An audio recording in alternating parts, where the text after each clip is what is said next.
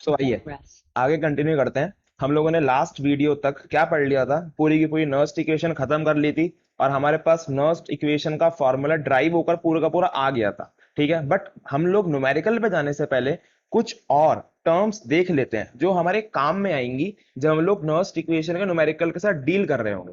ठीक है, मतलब कि ये सब चीजें रैंडमली पूछी जाती हैं। अगर 3 से 4 मार्क्स की नर्स्ट इक्वेशन आ रही है, सो उसके साथ 1 मार्क्स या आधे मार्क्स की कुछ कुछ चीजें रिलेट करके आती हैं। अब देखना क्या क्या चीजें पूछी जाती हैं। सो सबसे पहली टर्म है that is Gibbs free energy. ठीक है, कुछ लोगों को पता होगा गिब्स फ्री एनर्जी होती क्या है, जिससे रिप्रेजेंट करते हैं हम लोग डेल्टा जी से। सही है, बस अपने पास इसकी रिलेशन इंपॉर्टेंट है, ना कि इसकी डेफिनेशन, लेकिन फिर भी पता होना चाहिए गिब्स फ्री एनर्जी होती क्या है। इसलिए बता देता हूं। Gibbs free energy is basically the maximum amount of energy that is used. ठीक है ना, जो मैक्सिमम अमाउंट एनर्जी जो यूज हो रही है उसे कहते हैं हम लोग गिब्स फ्री एनर्जी। अब अगर मैं हिंदी में कहूं, समझ लो तुम्हारे पास एक ये जनरेटर था। ठीक है ना, क्या है तुम्हारे पास ये जनरेटर। अब इस जनरेटर में एक रीडिंग लिखी हुई है। रीडिंग क्या लिखी हुई है कि 1 लीटर पेट्रोल पर ये देगा तुमको 100 जूल ऑफ एनर्जी।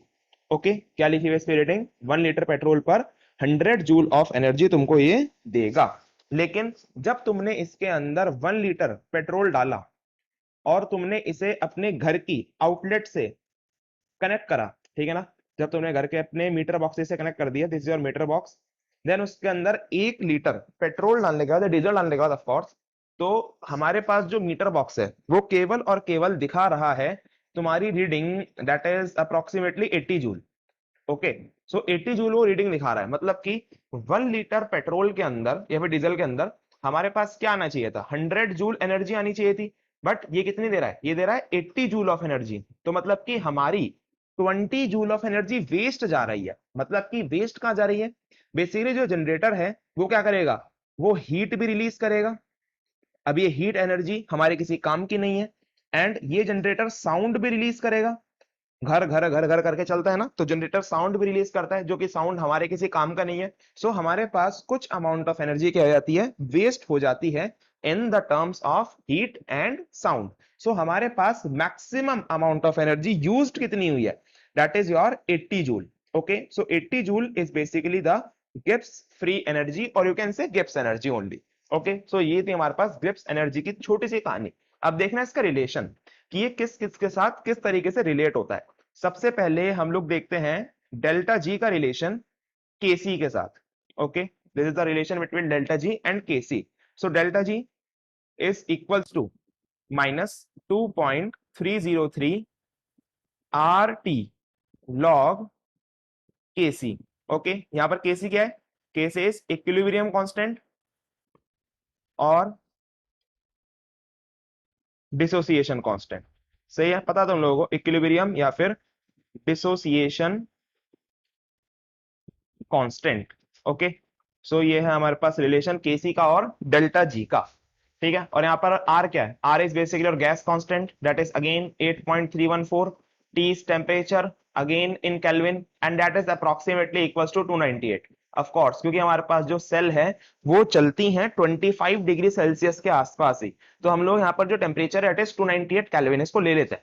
ठीक है, तो सब कुछ पुट कर दो अकॉर्डिंग टू क्वेश्चन, अगर चेंज हो जाए 25 को 29 हो जाए तो यहाँ पर पुट कर देना, लेकिन तुमको ये मालूम है कि केल्विन में ही रखना है। ओके, सो ये थी हमारे पास first relation. Now coming to the second relation, that is relation of delta G and E cell. Okay, relation है डेल्टा जी की और ई सेल के बीच में। So delta G is equals to, ये मोस्ट इंपॉर्टेंट रिएक्शन है, sorry relation है, most important relation. So delta G is equals to minus N F E cell. Okay, लेकिन तुम्हें पता है ई सेल तो होती है और एक होती है ई नॉट सेल। तो अगर तुम्हारे को रिलेशन निकालना है डेल्टा जी का ई नॉट सेल के साथ, तो उस टाइम पर डेल्टा जी चेंज हो जाएगा डेल्टा जी नॉट में, that means standard Gibbs free energy. Okay, so अब लोग हम निकाल रहे हैं relation standard Gibbs free energy and standard electrode potential के बीच में। So that is basically delta G not is equals to minus N F E not cell. सही है, ये तुम लोगों को पता है कि यहाँ पर एन क्या है, n is basically number of electrons, और एफ क्या है, एफ है हमारे पास 96500, that is basically your Faraday constant. Okay, so ये हमारे पास अब तक 3 रिलेशन।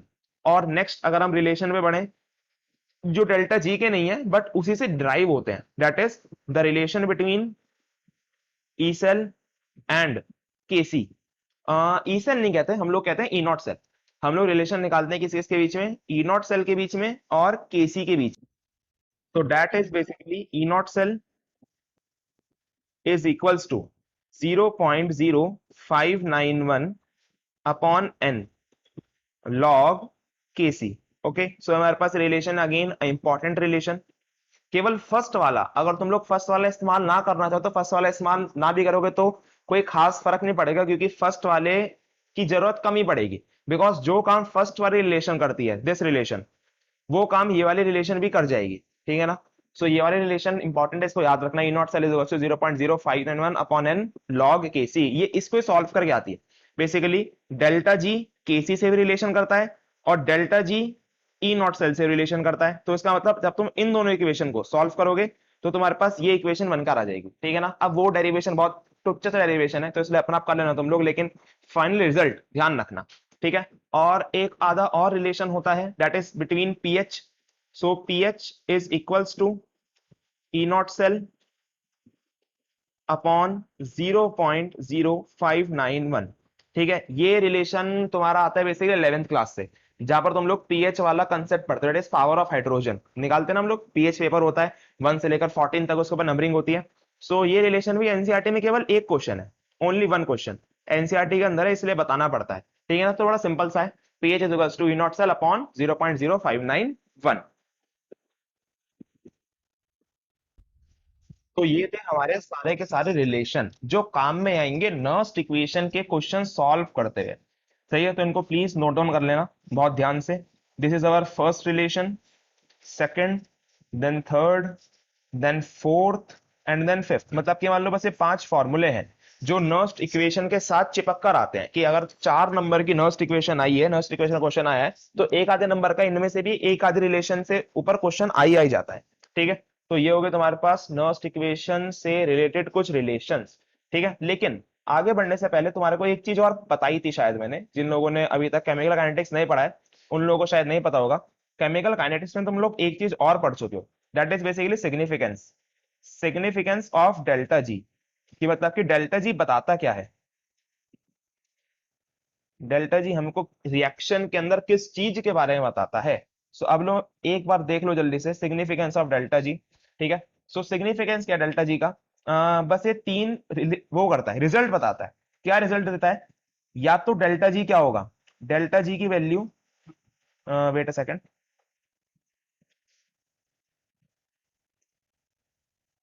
चलिए कंटिन्यू करते हैं। सो डेल्टा जी की वैल्यू या तो पॉजिटिव हो सकती है, या डेल्टा जी की वैल्यू क्या हो सकती है, जीरो हो सकती है, बिल्कुल हो सकती है, या डेल्टा जी की वैल्यू क्या हो सकती है, नेगेटिव हो सकती है। ठीक है। सो हमारे पास तीन ही वैल्यू निकल कर आ सकती है डेल्टा जी के बारे में। सो इन तीन वैल्यूज के अकॉर्डिंग अगर तुम देखोगे, सो डेल्टा जी अगर पॉजिटिव हुआ तो इसका मतलब हम लोग क्या कह सकते हैं, reaction is non feasible. Okay, reaction कैसी है, नॉन फीजिएबल। या फिर फीजिएबल का दूसरा नाम क्या होता है, स्पॉन्टेनियस। मतलब कि ये रिएक्शन अपने आप नहीं चलेगी, अपने को कुछ ना कुछ एक्सटर्नल फैक्टर्स इसके अंदर अप्लाई करने पड़ेंगे जिसके अंदर रिएक्शन चलेगी। ठीक है ना। So it is non feasible और नॉन स्पॉन्टेनियस रिएक्शन, जिसका डेल्टा जी कैसा होता है, जिसका डेल्टा जी नेगेटिव होता है। Then next, delta G zero, zero zero का मतलब क्या होगा, डेल्टा जी अगर जीरो है तो रिएक्शन किस पे है, इक्विलिब्रियम पर है। ठीक है ना, इसको ध्यान रखना। डेल्टा जी किसके अंदर है, इक्विलि जीरो है तो इक्विलिब्रियम पे चले रिएक्शन। एंड देन अगर डेल्टा जी नेगेटिव है सो रिएक्शन इज फीजिएबल और यू कैन से स्पॉन्टेनियस। ठीक है ना, रिएक्शंस फीजिएबल है और स्पॉन्टेनियस भी है। तो that is basically significance of delta जी। और अगर तुम लोगों को ये चीजें पता समझ में आ गई हैं तो तुम लोग अपने आप ही ई सेल या फिर ई नॉट सेल का भी सिग्निफिकेंस निकाल सकते हो। मतलब कि कहना क्या चाह रहा हूं मैं, कई बार तुम लोग क्वेश्चन में देखोगे कि ई नॉट देखकर भी बच्चे पता लगा देते हैं कि रिएक्शन आगे बढ़ेगी या फिर नहीं बढ़ेगी।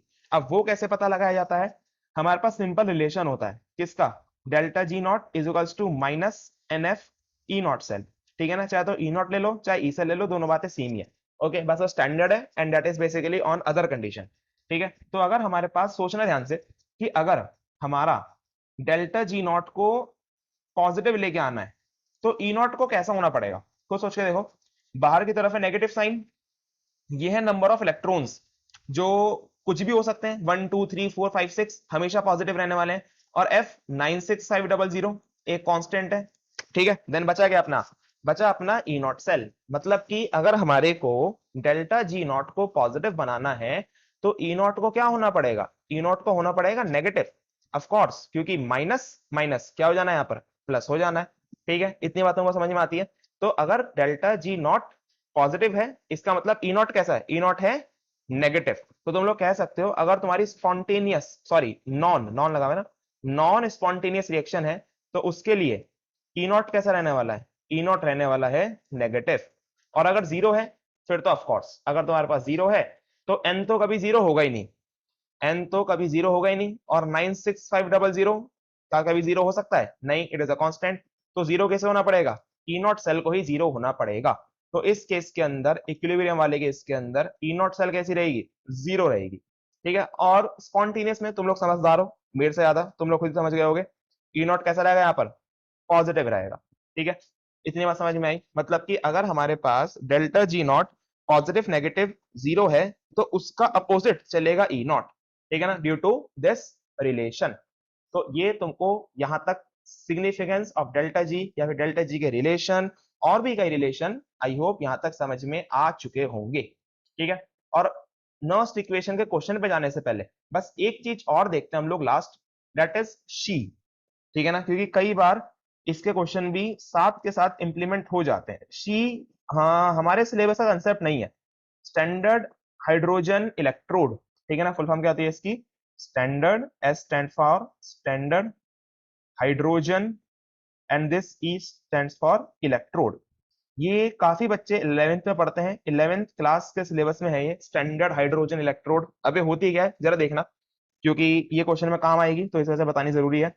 तो हमारे पास शी का कंसेप्ट बड़ा सिंपल सा होता है। ये बेसिकली एक हाफ सेल ही होती है, लेकिन हाइड्रोजन की हाफ सेल होती है। ठीक है, हाइड्रोजन की हाफ सेल बोले तो कि हमारे पास ये कंटेनर है, इस कंटेनर में हमने ली एक platinum rod, this is our platinum rod. ठीक है ना, और इस प्लेटिनम रॉड के चारों तरफ हमने लगाई है कवरिंग, इस तरीके की कवरिंग। ठीक है, ये लगाई हमने कवरिंग, और इस कवरिंग के नीचे की तरफ हमने लगा रखी है प्लेटिनम की एक फॉइल। तो ये हमारे पास platinum foil, and this is again platinum rod, and here is basically your opening for hydrogen gas. ठीक है ना, यहाँ पर आएगी हाइड्रोजन गैस, वो भी 1 बार प्रेशर के ऊपर। ठीक है ना, 1 बार इसका प्रेशर है। और हमने इसके अंदर एक सॉल्यूशन भी भर रखा है, मतलब कि हमने इसके अंदर बेसिकली एसिड डाल रखा है। वो भी कौन सा एसिड, इट इज सिंपली और HCl। और तुम लोग कोई सा भी एसिड डाल सकते हो, कोई ऐसी हार्ड एंड फास्ट रूल नहीं कि HCl डालना है। हमने इसमें क्या रखा है, HCl डाल रखा है, वो भी कितना, 1 मोलर। ओके, तो ये होती है basic construction of SHE, standard hydrogen electrode. अब तुम लोग कहोगे भैया इसका काम क्या है, हाइड्रोजन के इलेक्ट्रोड है, समझ में आता है, इसका काम क्या है। देखना, इसका काम जानने से पहले देखना इसकी रिएक्शन कैसे होती है। ठीक है ना, फिर तुम्हें काम अपने आप समझ में आ जाएगा। रिएक्शन देखना, रिएक्शन कैसे होती है। सो अगर तुम्हारे को कहा जाए इसकी रिएक्शन के बारे में, सो सबसे पहले हाइड्रोजन जो है, हाइड्रोजन वो क्या होगी, वो होगी oxidise by the removal of electron. वो इलेक्ट्रॉन छोड़ेगी और हो जाएगी ऑक्सीडाइज और बना देगी 2H+। ठीक है ना, दो हाइड्रोजन थी, एक एक इलेक्ट्रॉन दोनों ने छोड़ा और बना दिया इनने 2H पॉजिटिव हाइड्रोजन गैस ने। देन जो हमारा एसिड है, इट डिसोसिएट्स, एसिड डिसोसिएट होएगा और क्या बनाएगा, ये बनाएगा HCl। ओके, इतना समझ में आता है। एसिड, ओ सॉरी सॉरी, HCl नहीं, HCl डिसोसिएट हुआ है, तो डिसोसिएट हो क्या बनाएगा, it forms H positive and Cl negative. Okay, तो ये है हमारा एसिड का फंडा, एसिड डिसोसिएट हो गया। एंड देन उसके बाद जो हमारे पास H+ बनकर आया है, एसिड का H+, वो क्या करेगा, इलेक्ट्रॉन गेन करेगा और फिर से बना देगा हाइड्रोजन गैस। सही है, अगर यहाँ पर हमारे पास 2 मोल एसिड के, समझो यहाँ पर 2 मोल होते हैं एसिड के, तो 2H+ आते हैं, 2 इलेक्ट्रॉन्स लेते हैं और H2 बनाते हैं। ऑफ कोर्स मैं 2 मोल इसलिए ले रहा हूँ क्योंकि यहाँ पर जो हाइड्रोजन है, तुम लोग सिंपली H नहीं बना सकते क्योंकि H कुछ नहीं होता। हाइड्रोजन हमेशा किसमें चलती है, हाइड्रोजन हमेशा चलती है मॉलिक्यूल की फॉर्म में, that means in the form of H2। ठीक है, इतनी बात समझ में आई। तो ये है बेसिकली रिएक्शन। अब अगर तुम लोग इसके अंदर देखोगे रिएक्शन के अंदर, तो तुमको क्या दिख रहा है इसके अंदर? हाइड्रोजन H प्लस में कन्वर्ट हो रहा था स्टार्टिंग में, देख रहे हो फर्स्ट रिएक्शन के अंदर क्या हो रहा है, हाइड्रोजन कन्वर्ट हो रहा है H प्लस के अंदर। सो मैं लिख सकता हूं हाइड्रोजन कन्वर्ट हुआ H प्लस के अंदर, और लास्ट में आते आते फिर से H प्लस कन्वर्ट हो गया हाइड्रोजन के अंदर। दैट मींस दोबारा से रिएक्शन उल्टे चले गई। ये रिएक्शन कैसी है? It is an reversible reaction. Okay, reversible reaction समझते हो, जो रिएक्शन आगे भी चलती है और पीछे भी चलती है। सो अगर रिवर्सिबल रिएक्शन है और जब इन दोनों की स्पीड क्या हो जाएगी, बराबर हो जाएगी, मतलब कि आगे जाने की स्पीड और पीछे आने की स्पीड दोनों की दोनों सेम हो जाएंगी, देन हमारे पास क्या हो जाएगा, इट इज एन इक्विलिब्रियम। सो अगर ये इक्विलिब्रियम के अंदर है तो डेल्टा जी कैसे रहने वाला है इसका? डेल्टा जी रहने वाला है इसका जीरो, सिंपल। और डेल्टा जी अगर जीरो है तो फिर हमारे पास, अभी हम लोग पहले पढ़ के आए हैं कि अगर डेल्टा जी जीरो है तो ई नॉट भी जीरो होएगा। ठीक है ना, डेल्टा जी जीरो है तो E cell, sorry E naught नहीं, ई सेल भी जीरो होएगा। तो अगर तुम नॉट लगाना चाहो तो नॉट लगा दो, लो नॉट भी लगा सकते हैं हम लोग, तो ऐसा कुछ हार्ड एंड फास्ट रूल नहीं है, इसका नॉट भी जीरो होता है। सो हम लोग कह सकते हैं बेसिकली कि हमारा, क्योंकि देखो नॉट क्यों लगाया मैंने, क्योंकि कंसेंट्रेशन देख रहे हो 1 मोलर है, हाइड्रोजन 1 बार पे आ रही है, सो नॉट लगाना ज्यादा सही रहेगा। ठीक है ना। सो हम लोग क्या कहते हैं इसका, कि इसका ई नॉट सेल क्या होता है, जीरो के बराबर होता है। It is pre defined. Okay, so standard hydrogen electrode SHE के अंदर चलती है इक्विलिब्रियम रिएक्शन, जिसकी वजह से उसका डेल्टा जी जीरो होता है। और अगर डेल्टा जी जीरो है, sorry delta G not, low delta G not, confuse मत होना, डेल्टा जी नॉट, तो डेल्टा जी नॉट जीरो है तो इसका मतलब क्या है, उसका ई नॉट सेल भी जीरो है। सही है, इतनी बात समझ में आई। तो ये है इसका बेसिकली क्या कहते हैं पर्पस, अभी पर्पस बताऊंगा, यूज ये इसका वो है सिग्निफिकेंस, इसका डेल्टा जी नॉट जीरो है तो ई नॉट भी जीरो है। अब देखना इसका यूज का आएगा। अब यूज देखना, सपोज करो तुम्हारे पास सेल थी, ठीक है ना, यहाँ पर इसको नोट डाउन कर लो एक बार अपनी कॉपी के अंदर, ताकि तुम लोग जब आगे हम लोग करें तो तुम्हारे मन में कंफ्यूजन ना हो। ठीक है, फिर मैं यहीं पे कर देता हूँ। चलो देखो, तुम्हारे पास क्या थी एक, चलो आगे करते हैं। सो तुम्हारे पास थी एक सेल, कौन सी सेल है तुम्हारे पास, वही स्टार्टिंग वाली इलेक्ट्रोकेमिकल सेल, जिसके अंदर हमारे पास दो दो हाफ सेल्स हैं।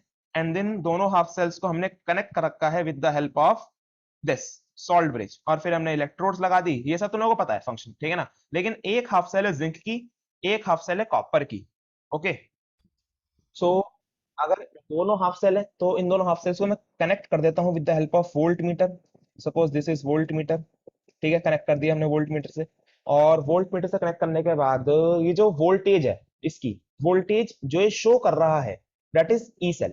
ठीक है ना, हम लोग क्या मान लेते हैं, चलो ई नॉट मान लेते हैं। ठीक है ना, इसकी जो ई नॉट सेल है वो कितनी है, वो है हमारी जीरो। ई नॉट सेल कितनी है इसकी, ई नॉट सेल है इसकी, नहीं नहीं नहीं, जीरो नहीं, जीरो जीरो थोड़ा ना देगी, अगर फिर जीरो दे रही है तो काम ही की चीज करेगा। अगर करंट बना ही नहीं रही तो इलेक्ट्रोकेमिकल सेल किस काम की। ठीक है, तो इसका ई नॉट हम लोग मान लेते हैं 5 वोल्ट है। ओके, ई नॉट कितना है इसका, 5 वोल्ट। समझ में आ गया। अब इसका ई नॉट अगर 5 वोल्ट है तो अपने को पता लगाना, क्या पता लगाना है, अपने को पता लगाना है कि जो 5 वोल्ट है ये किसकी वजह से आया। या फिर अगर मैं तुम्हें दूसरी भाषा में कहूं, मेरे को पता लगाना है कि जो हाफ सेल है जिंक वाली, ठीक है ना, हाफ सेल कौन सी है, जिंक वाली हाफ सेल है, उसका पोटेंशियल कितना है, अकेली जिंक वाली का। ठीक है ना, अकेली जिंक वाली का मेरे को पोटेंशियल निकालना है। तो जब हमारे पास एक अकेली जिंक वाली का पोटेंशियल निकालना होता है तो हम लोग कैसे निकालेंगे। अब यहां पर तुम लोग सोचो कैसे निकाल सकते हो, निकाल नहीं सकते, क्योंकि जो वोल्ट मीटर रीडिंग दिखाएगा वो किस चीज की रीडिंग दिखाएगा, वो दिखाएगा दोनों के कॉम्बिनेशन की रीडिंग, मतलब कि ई कैथोड माइनस ई एनोड, या फिर तुम लोगों ने याद करा होगा ई रिडक्शन माइनस ई ऑक्सीडेशन। सही है ना, कल हमने पढ़ा है, बेसिक लास्ट वीडियो के अंदर हमने पढ़ा है। सो ये जो हमारे पास वोल्ट मीटर है वो रीडिंग दिखाएगा रिजल्टेंट रीडिंग, बट अपने को रिजल्टेंट नहीं जानना, अपने को जानना है केवल जिंक वाली जो हाफ सेल है वो कितना वोल्टेज दे रही है, तो उसे अपने को पता लगाना है। तो उसे पता लगाने का तरीका क्या है, इसके साइड में, इसके साथ हम लोग लगा देंगे शी को। ठीक है ना, किसे लगा देंगे हम लोग उसके साथ, शी को, that is standard hydrogen electrode. ये रही अपनी शी, SHE। अब शी की एक खास बात है भैया, क्या खास बात है शी की, कि अगर शी तुमने लगाई है तो इसका पोटेंशियल किसी के साथ भी लगा दो, हमेशा इसका ई नॉट कितना रहेगा, ई नॉट ऑफ SHE। ठीक है ना, लेता हूं E not of SHE is equals to zero, zero ही रहने वाला है ई नॉट SHE का। ठीक है ना। अब अपने को क्या निकालना है, अपने को निकालना है जिंक का ई नॉट। सो अगर मैं यहाँ पर लिखूं ई नॉट ऑफ जिंक, मेरे को पता लगाना है। और वोल्ट मीटर, हम लोग मानते हैं अभी भी वोल्ट मीटर 5 वोल्ट की रीडिंग दे रहा है, ठीक है ना, अभी भी वोल्ट मीटर 5 वोल्ट की रीडिंग दे रहा है। तो इसका मतलब ई सेल या फिर E not cell, E not cell किसके बराबर होएगा, E cathode minus E anode, E cathode minus E anode. Okay. So तुम लोगों को पता है left oxidation anode negative loan वाला फंडा। सो लेफ्ट में क्या होता है, लेफ्ट में होता है ऑक्सीडेशन, और लेफ्ट वाली कौन सी होती है, लेफ्ट वाली होती है एनोड, राइट वाली होती है कैथोड। ठीक है, तो कैथोड पे कौन सी है हमारे पास, E not of S H E, E not of S H E, sorry capital लिखना है इसे कैपिटल में, हमेशा एस एच ई को कैपिटल में लिखा जाता है, शॉर्ट में कभी लिखा जाता। So E not of S H E minus E not of Z N. और ई सेल कितना दिखा रहा है वोल्ट मीटर में, 5 वोल्ट। तो अगर तुम इसे कैलकुलेट करोगे ये तो हो जाएगा 0 minus E not of zinc, यहाँ पर आएगा 5। सो मतलब कि ई नॉट ऑफ जेड एन कितना आ गया हमारे पास, 5 वोल्ट कैलकुलेट कर कर आ गया। इतना, सॉरी 5 वोल्ट नहीं, -5 वोल्ट, -5 वोल्ट कैलकुलेट कर कर आ गया। तो इतना समझ में आया। मतलब कि जो एस एच ई है इसका मेजर यूज होता है दूसरी वाली हाफ सेल की पोटेंशियल निकालने में, ठीक है ना। अगर हमारे पास अकेली हाफ सेल है उसके साथ इसे कनेक्ट कर दो तो तुम्हारे को ये अपना पोटेंशियल तो 0 रखती है, हमेशा 0 रखेगी। तो इसकी मदद से हम लोग दूसरे वाले का पोटेंशियल निकाल सकते हैं। और इलेक्ट्रोकेमिकल सेल के स्टार्टिंग में बताया था तुम्हें मैंने कि एक हाफ सेल कभी भी एग्जिस्ट नहीं करती।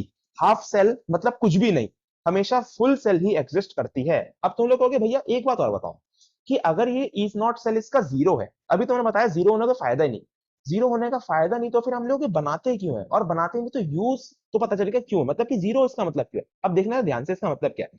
अगर इसका ई नॉट सेल 0 है तो इसका फायदा है, क्यों फायदा है, क्योंकि तुम इसे किसी के साथ भी लगा दो, देखना इसका तो 0 रहने वाला है, अगर तुम इसे किसी के साथ भी लगाओगे तो किसी का इससे ऊपर ही होएगा, तो मतलब कि ये करंट को फ्लो करा सकती है। मतलब कि करंट हमेशा high potential to low potential flow करता है, अगर किसी और का हाई पोटेंशियल होएगा उसको भी लो पोटेंशियल पे ले आएगी। तो मतलब कि ई नॉट सेल या फिर एस एच ई, बेसिकली एस एच ई हमारे पास लो पोटेंशियल देने का काम करती है ताकि करंट जो है वो फ्लो कर सके।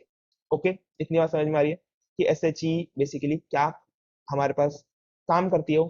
ठीक है, अब देखना नेक्स्ट, अब देखना अगर ये तो तुम्हें समझ में आ गया कि अगर तुम्हारे को जिंक का पोटेंशियल निकालना होता तो आता -5 वोल्ट।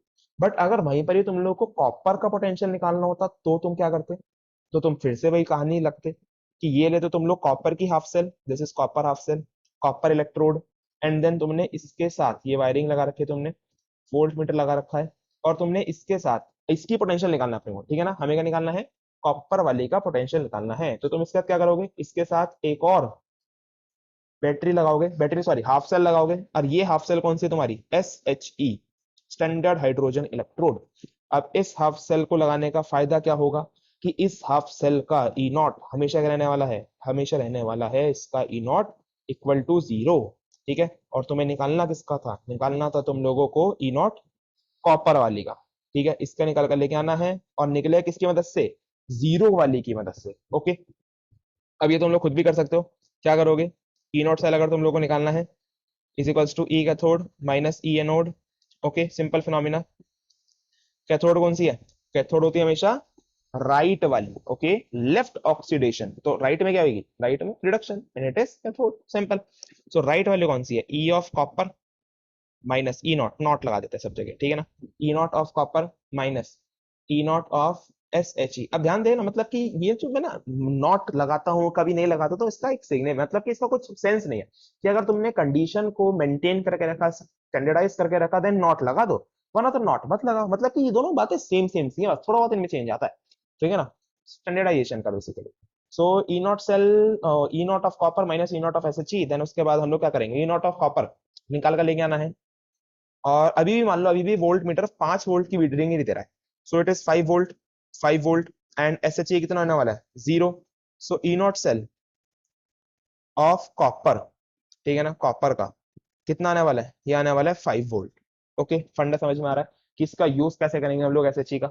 सो एस एच का हमारे पास यहां से इस्तेमाल होना है, ध्यान रखना। और एस एच को रिप्रेजेंट कैसे करते हैं वो भी तुम लोगों को पता होना चाहिए। ये रिप्रेजेंट होता है इस तरीके से, देखना जो हमने पढ़ी थी ना, यही से बताता हूँ। SHE रिप्रेजेंट होती है इस तरीके से। यहाँ पर क्या हो रहा है, देखना इसके अंदर हो रहा है अपना ऑक्सीडेशन, ये है डिसोसिएशन, ये है तुम्हारा रिडक्शन। समझ में आ गया। सो H+ slash H2 slash PT, ये होती है बेसिकली रिप्रेजेंटेशन किसकी, SHE की। H+ आयंस है, हाइड्रोजन गैस है, एंड प्लेटिनम की रॉड है। ठीक है ना, इस तरीके से सेल को रिप्रेजेंट करा जाता है। Okay, this is your cell representation. और शायद से मैंने तुम लोगों को लास्ट टाइम भी सेल रिप्रेजेंटेशन बताई नहीं है। चलो एक बार देख लेते हैं, अगर बता दी तो अच्छी बात है, रिवीजन हो जाएगा। सो अगर तुम्हारे पास देखना, ये जो सेल थी तुम्हारे पास जिंक और कॉपर वाली, चलो थोड़ा वहां पर हेक्टिक हो रहा है, यहाँ पर दोबारा बताता हूँ। सो जो हमारे पास जिंक और कॉपर वाली सेल थी, यहाँ पर Zn था, और यहाँ पर Zn++ वगैरह वाली थी, और यहाँ पर था कॉपर, SO4 CuSO4 ZnSO4 वगैरह वगैरह। ठीक है ना, तुम लोगों को याद होगी। एंड वोल्ट मीटर से रखा कनेक्ट, तो इसकी भी सेल रिप्रेजेंटेशन होती है। ठीक है ना, सेल रिप्रेजेंटेशन किसे कहते हैं, कि इस पूरी की पूरी सेल को ऐसे तो डायग्राम बना के रिप्रेजेंट करोगे नहीं, इसको रिप्रेजेंट करा जाता है एक फॉर्मेट के अंदर। देखना फॉर्मेट क्या होता है, फॉर्मेट बड़ा सिंपल है। रिएक्शन देख लो, उससे पहले रिएक्शन में रिवाइज कर लो एक बार। जिंक ने 2 इलेक्ट्रॉन निकाले थे, और क्या बनाया था, Zn++ बनाया था। देन उसके बाद कॉपर सल्फेट डिसोसिएट हो गया था, डिसोसिएट होके क्या बनाया था, Cu++ plus SO4 double negative. Then उसके बाद Cu++ के पास कौन गए थे, 2 इलेक्ट्रॉन गए थे, और दोनों इलेक्ट्रॉन जाने के बाद क्या बना देते इनने, इनने बना देता Cu। ठीक है ना। तो मतलब कि अगर तो मोटा मोटी बात करो ना, जो डिसोसिएशन वाली रिएक्शन है वो तो किसी काम की नहीं होती, मतलब कि ये ऐसी है बस, मतलब कि दिखाने के लिए कि डिसोसिएशन हुआ है। अपनी जो मेजर 2 रिएक्शन है वो ये वाली है। ठीक है ना। और इन दोनों रिएक्शन को अगर तुम लोग ऐड कर दोगे, दैट मीन्स अगर मैं इन दोनों रिएक्शन को पकड़कर ऐड कर देता हूं, और ऐड करने के बाद जो मेरे पास निकल कर आएगा, that is basically cell reaction. क्या निकल कर आएगी, सेल रिएक्शन निकल कर आएगी। ये दोनों रिएक्शन है, इनको ऐड कर दूं, क्योंकि ये एक हाफ सेल के अंदर हो रही है, ये दूसरी हाफ सेल के अंदर हो रही है। तो जब मैं इन दोनों रिएक्शंस को ऐड करूंगा, तो मेरे पास क्या निकल कर आएगी, मेरे पास निकल कर आएगी एक सेल रिएक्शन, जो उस पूरे सेल की रिएक्शन है। That is basically like this. Zn देखो, 2 इलेक्ट्रॉन यहाँ पर है, प्लस ये माइनस कट गए, 2 इलेक्ट्रॉन से 2 इलेक्ट्रॉन कट गए, तो Zn प्लस Cu++, ये तो था लेफ्ट हैंड साइड में। राइट हैंड साइड में क्या बच रहा है, Zn++ प्लस Cu। ठीक है, फंडा समझ में आ रहा है। तो एनोड को कैथोड को, या फिर ऑक्सीडेशन को रिडक्शन को ऐड करके हमारे पास बनती है फुल सेल रिएक्शन, जो कि होती है एक रिडॉक्स रिएक्शन। ठीक है ना, रिडॉक्स याद आ रहा होगा, चैप्टर था 11th क्लास में। रिडॉक्स रिएक्शन ऐसी रिएक्शन जिसके अंदर रिडक्शन और ऑक्सीडेशन साथ साथ होता है, दैट इज रिडॉक्स रिएक्शन। तो redox reaction is basically a cell reaction जिसके अंदर हमारे पास कंप्लीट नॉलेज होती है पूरी की सेल की। देख नॉलेज कैसे, कि जिंक जो है वो Zn++ में कन्वर्ट हो रहा है 2 इलेक्ट्रॉन्स निकालकर, और जो कॉपर है Cu++ वो कॉपर में कन्वर्ट हो रहा है 2 इलेक्ट्रॉन्स लेकर। तो इलेक्ट्रॉन्स देख रहे हो बराबर ही होते हैं हमेशा, और वो कैसे पता चलते हैं, मैंने तो पहले बताया था, किसको देखकर, चार्ज को देखकर। सही है ना, क्योंकि यहाँ पर चार्ज कितना है, चार्ज यहाँ पर डबल+। ठीक है, इतना फंडा तुमको बस समझ में आता होगा। तो एन बहुत आसान है निकालना, बस रिएक्शन को बैलेंस करना है, बैलेंस करके चार्ज देखना है, चार्ज ही एन होंगे। ठीक है, ये तो रिडॉक्स रिएक्शन। अरे हाँ, मेन मुद्दे तो भटक ही गए हम लोग। सेल रिएक्शन है, ठीक है ना, it is basically cell reaction, लेकिन सेल रिएक्शन नहीं, सेल रिप्रेजेंटेशन सीखनी है। अब रिप्रेजेंट कैसे करेंगे भैया, देखना, रिप्रेजेंट भी ऐसे करते हैं, मतलब कि ऐसी हमको चीज लिखनी है जो हमारे पास पूरी की पूरी चीज को दिखा दे कि एक रिएक्शन के अंदर चल क्या कर रहा है। देखना एक सेल के अंदर क्या चल रहा है। तो इट इज Zn का हमने क्या ली, Zn की रॉड ली। Zn किस में कन्वर्ट हो रहा था, Zn++ के अंदर। देख रहे हो, Zn की रॉड ली, वो कन्वर्ट हो गई Zn++ के अंदर। फिर हमने बीच में लगाया सॉल्ट ब्रिज। क्या लगाया बीच में हमने, सॉल्ट ब्रिज। और उसके बाद राइट हैंड साइड पे क्या हो रहा था, Cu++ किस में चेंज हो रहा था, Cu के अंदर। सही है, फंडा समझ में आ रहा है। तो बेसिकली कैसे भी पढ़ लो इसे, तो ये है तुम्हारे पास एक सेल रिप्रेजेंटेशन। ठीक है ना, बस इसको हम लोग डिनोट करते हैं किससे, इसको डिनोट करते हैं हम लोग सॉल्ट ब्रिज। ठीक है ना, that is basically salt bridge, या फिर तुम लोग कह सकते हो सेपरेशन। ठीक है ना, और जो लेफ्ट में लिखा होता है दैट इज योर ऑक्सीडेशन। ठीक है ना, और ऑक्सीडेशन है तो मतलब कहां पे हुई है, INOX, it is on anode. और जो राइट में लिखा होता है that is your reduction, always, हमेशा, इट इज एन कन्वेंशन। ठीक है ना, और ये क्या हमारे पास, इट इज कैथोड। ठीक है ना, रेड कैट, सिंपल। एंड और हम लोग क्या है, हाँ बस ये है तुम्हारे पास सेल रिप्रेजेंटेशन। तो ये भी एक एक मार्क्स में पूछी जाती है। स्टार्टिंग क्वेश्चन की पता है कैसे होगी? स्टार्टिंग क्वेश्चन की होगी जब हम करेंगे नेक्स्ट वीडियो के अंदर क्वेश्चन। सो उसके अंदर स्टार्टिंग होगी कि show the cell in cell representation in cell reaction, मतलब कि उल्टा पुल्टा करके दो, सेल रिएक्शन से रिप्रेजेंटेशन लिखो, रिप्रेजेंटेशन से रिएक्शन लिखो, ऐसे उल्टा पुल्टा करने को दे देते हैं। तो इसलिए ध्यान रखना, ये इंपॉर्टेंट चीजें हैं, सेल रिएक्शन और सेल रिप्रेजेंटेशन। इससे एक शॉर्टकट भी होता है, अगर देखो किसको नहीं समझ में आया, ऊपर वाला फंडा कि भैया तो हम ऊपर वाला चीज कैसे पता लगाएंगे, मतलब कि एक लिखेंगे कैथोड, फिर लिखेंगे एनोड, फिर दोनों को ऐड करेंगे, ऐड करना हमको नहीं आता, फिर भी उन बच्चों के लिए भी एक छोटी सी ट्रिक है, देखना ट्रिक क्या है। तो अगर हमारे पास सेल रिप्रेजेंटेशन गिवन है तो तुम लोग उसी को देखकर सेल रिएक्शन निकाल सकते हो। अब कैसे निकाल सकते हैं? इसके ऊपर नंबर डालो, नंबर 1 2 3 4, ठीक है ना, हर एक एलिमेंट पे डाल लिया मैंने, नंबर डाल लिए, और सिंपल सी कहानी है 1 3 2 4, ठीक है ना, 1 3 2 4, देख लो 1 + 3 2 + 4, इट गिव्स 2 + 4, ठीक है ना, 1 3 2 4 बोले तो एक पे क्या है Zn प्लस, 3 पे क्या है Cu plus plus, it gives दो, दो पे क्या है, दो पे है हमारे पास Zn प्लस प्लस, और चार, चार पे क्या है कॉपर, ठीक है, सिंपल इजी, देख लो सेम टू सेम है दोनों। तो इसको भी तुम लोग ध्यान रख सकते हो, फंडा है बेसिकली 1 3 2 4, ठीक है, 1 3 2 4, ठीक है। तो ये थी तुम्हारे पास सेल रिएक्शन रिप्रेजेंटेशन। एंड इसमें हम लोगों ने क्या देखा, एसएचई के बारे में देखा, पूरी की पूरी वर्किंग देखी एसएचई की, एसएचई की सिग्निफिकेंस देखी, देन उसके बाद डेल्टा जी नॉट की सिग्निफिकेंस देखी, डेल्टा जी नॉट के बाद ई नॉट की वैल्यूज देखी, और कई सारी हमने रिलेशन देखी, ठीक है, रिलेशन किस किस के बीच में, पहले रिलेशन डेल्टा जी और ई सेल के बीच में, फिर डेल्टा जी और केसी के बीच में, delta G naught E not cell के बीच में, ई नॉट सेल और केसी के बीच में, और पीएच और ई नॉट सेल के बीच में, ठीक है, समझ में आ गया। तो ये सारी की सारी रिएक्शन प्लीज एक बार अपनी कॉपी में अच्छे से नोट कर लो, और अगर याद करने की टेंशन है तो बिल्कुल मत लो, क्योंकि इतने क्वेश्चन करेंगे, इतने क्वेश्चन करेंगे, अपने आप ही ये सारी की सारी जो वो है रिलेशन वो याद हो जानी है, ठीक है, simple easy, no rocket science. चलिए तो बाकी करेंगे हम लोग next equation start, next equation numerical start करेंगे नेक्स्ट वीडियो के अंदर, ठीक है। चलिए टिल देन इसको लिख लो और अच्छे से याद कर।